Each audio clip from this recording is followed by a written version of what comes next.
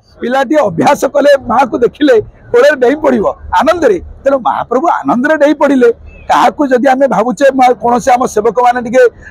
दुर्घटना घटी आम बुझा दरकार बड़ दुर्घटना हबार थिला किंतु महाप्रभु क्षमामय महाप्रभु करुणामय महाप्रभु कृपामय से अल्पक क्षमा कर देइछन्ति।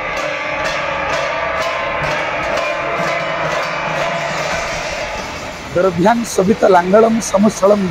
कादंबरी चंचलम रत्नाभ्यां वरकुंडलई भुजबलई राक्रांतं भूमंडलं वज्राभ्यां चारुचंड जुगलम नागेन्द्र चूड़जलम संग्रामे चपलम शशांक धवलम श्री कामपालम भजे। महाप्रभु कामपाला होचंदी शेषनाग अनंत ये सृष्टि की धारण कला वाला सी ये पृथ्वी की सी धारण करछन तांकु केही धारण कला वाला नाहंती। तापर ये होच महाप्रभुंकर यज्ञ वेदी ये होच महाप्रभुंकर आविर्भाव स्थल ये होच महाप्रभुंकर जन्मस्थल। साधारणतः पिला माने माँ को देखिले आनंदर उछली पड़ती डेई पड़ती अभ्यास योग्य शिशु जथा क्रमे शिखई कही कथा थर को थर पड़ी तले चालई अभ्यास बड़े पिलाटी अभ्यास कले माँ को देखिले कोड़े डेई पड़ो आनंद तेणु महाप्रभु आनंद डेई पड़े क्या जदि आम भावुचे कौन से आम सेवक मैंने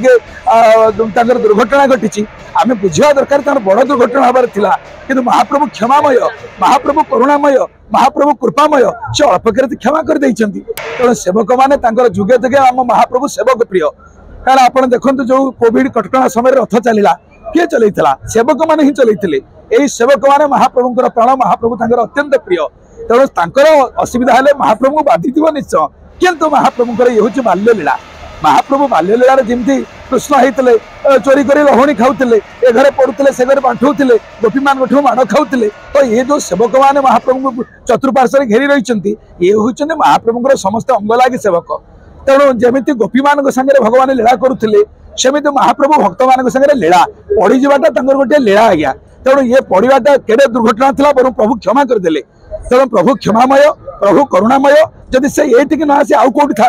आउ कौन होता किंतु प्रभु दयामय बोली क्षमा करदे तेणु यह प्रभुंर लीला आम केबे बुझीबानी यह गोटे अघटन बोली ये प्रभुंर घटना क्या अघटन घटना पटी होती महाप्रभु जी शेषनाग अनंत जी संकर्षण जी हलाउद ताकू किए फोपाड़ी दब ताकू किए कर समस्त को धरी आमको समस्त को से धारण कर तेणु महाप्रभुंर ये लीला को आम मैंने समस्त बुझा ये महाप्रभु आपणकर लीला आपणकर इच्छा पूर्ण हो आप जगतर कल्याण करूँ आपण निजे निज आड़ को सब दुख को लेकर जगत भुचुड़ी पड़ी था किंतु आप निजे पड़ जाकि समस्त को उठेदेले ये हूँ महाप्रभुंर लीला मते पछके सर्प खाऊ मो कूले कलंक न रहू जमी परीक्षित कहते साप पछे मते खाऊ कि मो कूले कलंक न लागू से भगवान कहले मो पछे टे पड़ जाए मोर पछे किसी क्षति हो कि मो भक्त मान किसी क्षति न हो जगत भगतर मंगल हो। जय जगन्नाथ जय बलराम जय जगन्नाथ।